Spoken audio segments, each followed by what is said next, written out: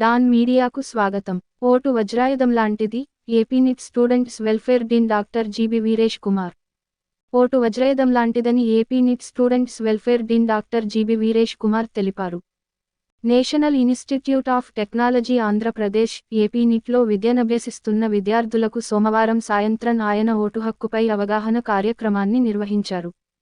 ఈ సందర్భంగా వీరేష్ కుమార్ మాట్లాడుతూ ప్రజాస్వామ్యంలో ఓటు ఎంతో కీలకమైనదని, దేశ భవిష్యత్తును నిర్ణయించేది ఓటేనని తెలిపారు. 18 సంవత్సరాలు నిండిన యువతీ, యువకులు తప్పనిసరిగా ఓటు నమోదు చేసుకోవాలని చెప్పారు. ప్రతి పౌరుడు ఓటు హక్కును సక్రమంగా సద్వినియోగం చేసుకోవాలన్నారు.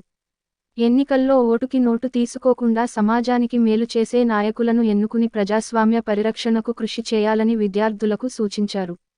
ఓటు హక్కుపై తల్లిదండ్రులతో పాటు చుట్టుపక్కల వారిని కూడా చైతన్యపరచాలని వివరించారు. క్విజ్ పోటీల్లో గెలుపొందిన విద్యార్థులకు బహుమతులు అందజేశారు. విద్యార్థులతో ప్రతిజ్ఞ చేయించారు. విశ్వసనీయ వార్తల సమాహారమే మన డాన్ మీడియా. మరిన్ని వార్తల కోసం మన డాన్ మీడియా ఛానల్ను సబ్స్క్రైబ్ చేయండి. మరికొందరితో చేయించండి. ధన్యవాదములు.